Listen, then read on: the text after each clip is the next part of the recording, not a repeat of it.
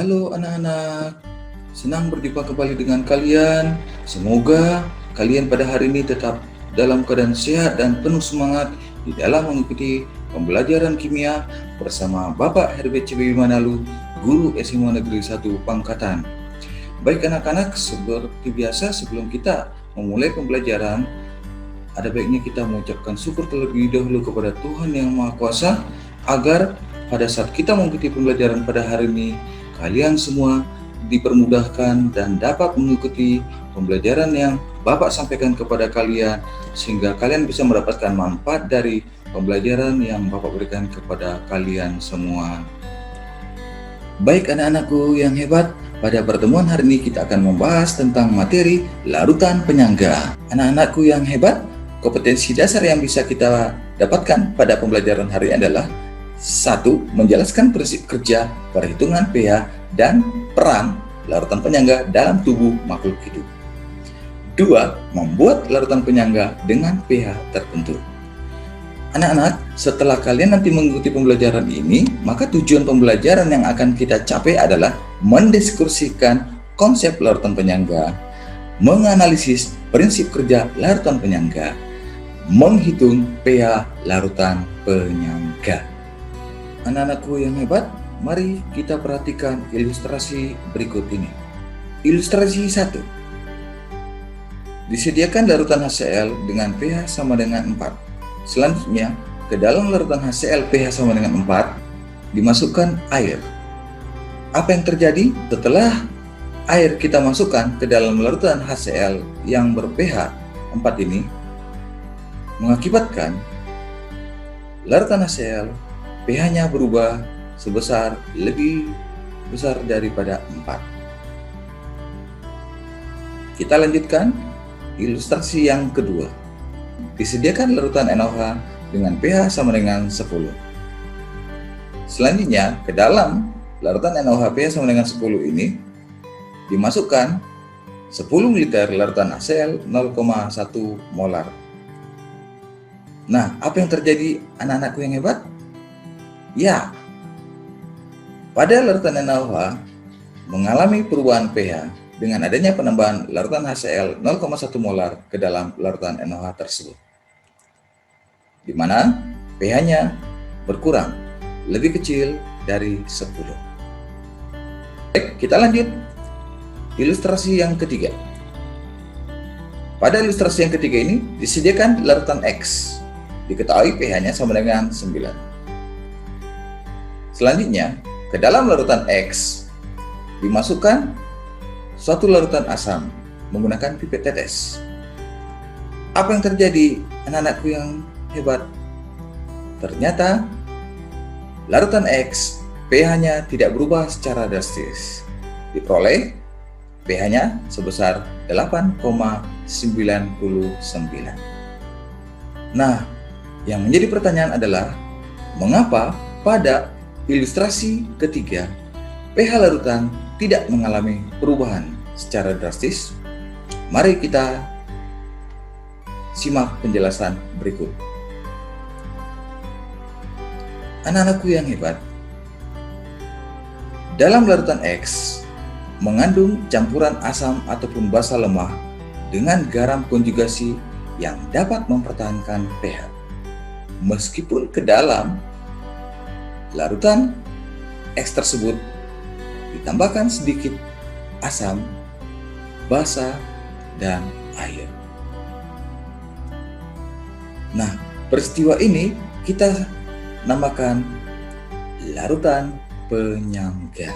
Perlu anak-anak ketahui bahwasanya larutan penyangga terdiri dari satu buffer asam, di mana buffer asam ini adalah merupakan campuran daripada asam lemah dan basa konjugasi. Untuk menghasilkan buffer asam dapat juga kita peroleh dengan cara mereaksikan asam lemah dan basa kuat akan menghasilkan garam tambah air. Dengan syarat pada saat asam lemah direaksikan dengan basa kuat, hasil campurannya nanti anak-anak sekalian bahwasanya yang terbentuk adalah campuran asam lemah dengan basa konjugasinya dalam bentuk garam. Yang kedua, buffer basa. Buffer basa adalah merupakan buffer yang mengandung campuran basa lemah dan asam konjugasi. Untuk memperoleh buffer basa, dapat juga kita lakukan dengan cara mereaksikan atau mencampurkan asam kuat dengan basa lemah, menghasilkan garam dan air. Pada peristiwa ini, agar dihasilkan buffer basa, maka pada keadaan akhirnya nanti harus menghasilkan apa? Campuran basa lemah dengan asam konjugasinya dalam bentuk garam. Bagaimanakah prinsip kerja larutan penyangga ini? Baik, mari kita lihat penjelasan berikut. Yang pertama, buffer asam. Kita misalkan buffernya adalah campuran CH3COH dan CH3CONA. Ketika di dalam larutan buffer asam ini ditambahi sedikit larutan asam, maka agar pH larutan penyangga ini tidak berubah secara drastis, yang bertugas mempertahankan pH adalah spesies zat yang bersifat basa. Dalam hal ini, basa konjugasinya dalam bentuk garam, yaitu ion CH3COO-. Ion CH3COO- mengikat ion H+ pada asam, sehingga reaksi yang berlangsung seperti berikut. CH3COO- ditambah dengan H+ menghasilkan CH3COOH. pH yang diperoleh dapat ditentukan dengan menggunakan persamaan berikut. Konsentrasi ion H+ sama dengan Ka kali mol asam lemah dibagi dengan mol basa konjugasi yang terdapat di dalam garamnya. Selanjutnya, setelah kita peroleh konsentrasi ion H+-nya, kita hitung berapa pH buffer asam tersebut. Itu pH sama dengan min log H+. Kita lanjutkan yang kedua. Bagaimanakah prinsip kerja larutan penyangga buffer basa? Kita misalkan buffer basanya adalah campuran NH3 dan NH4Cl. Selanjutnya, ke dalam buffer basa ini ditambahkan sedikit larutan asam. Agar pH buffer basa dalam campuran ini tidak berubah secara drastis, maka bagaimana prinsip kerjanya?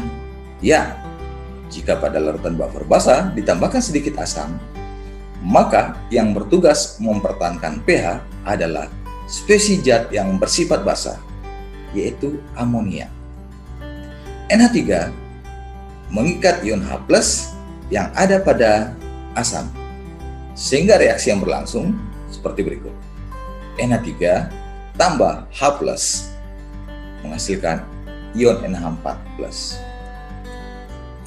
pH yang diperoleh pada larutan buffer basa ini dapat ditentukan dengan persamaan berikut. Yaitu konsentrasi OH- sama dengan Kb dikali dengan mol basa lemah dibagi dengan mol asam konjugasi. Ingat, pada basa tidak menghasilkan ion H+, maka OH- yang kita peroleh, kita konversikan terlebih dahulu untuk mendapatkan POH-nya. Setelah itu, barulah kita bisa menghitung pH-nya. Di mana pH-nya adalah sama dengan PKW dikurang dengan POH. Pada suhu kamar, PKW itu bernilai 14. Baik anak-anak, sebelum Bapak mengakhiri video pembelajaran kali ini, berikut ini Bapak akan membagikan kepada kalian sebuah puisi yang menarik berbasis kimia. Selamat menikmati ya. Asam dan basa, karya Kimialai Channel. Aku adalah asam. Aku selalu disukai semua orang karena aku banyak digunakan di kuliner. Aku memiliki paras wajah yang sangat mempesona. Saat lakmus biru menyentuh tubuhku, dengan spontan lakmus biru berwarna merah. Saat kuteteskan bilurku pada bongkahan logam, sekujur tubuh bongkahan logam berubah menjadi coklat. Semua mengakui kalau aku adalah dermawan. Ya, itu karena aku adalah donor proton. Aku nggak peduli berapa banyak yang telah kusumbangkan untukmu, basaku. Demi mempertahankan sebuah cinta kasih.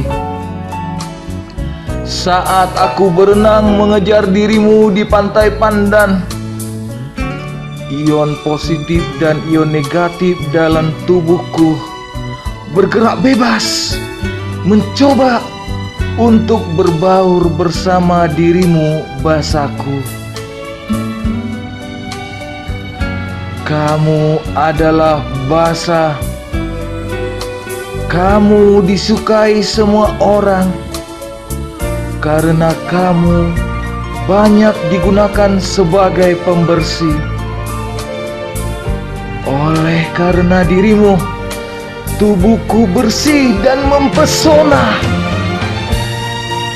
Saat lakmus merah menyentuh tubuhmu, dengan spontan lakmus merah berubah menjadi lembam kebiruan. Semua mengakui kalau kamu adalah si miskin. Ya, itu karena kamu tidak memiliki proton. Aku nggak peduli berapa banyak yang telah kusumbangkan untukmu, basaku. Demi mempertahankan sebuah cinta kasih. Saat kamu berenang mencoba meninggalkan diriku, ion positif dan ion negatif dalam tubuhmu seolah-olah tidak mampu menjauhi diriku. Perlahan-lahan namun pasti, ion-ion yang kita miliki saling mendekat, seakan tidak mau dipisahkan oleh waktu. Pada akhirnya kita saling menetralkan. Terima kasih. Bapak rasa, sekian dulu untuk pembelajaran hari ini. Terima kasih banyak, semoga bermanfaat. Ingat, kunci untuk menggapai sebuah kesuksesan di dalam belajar.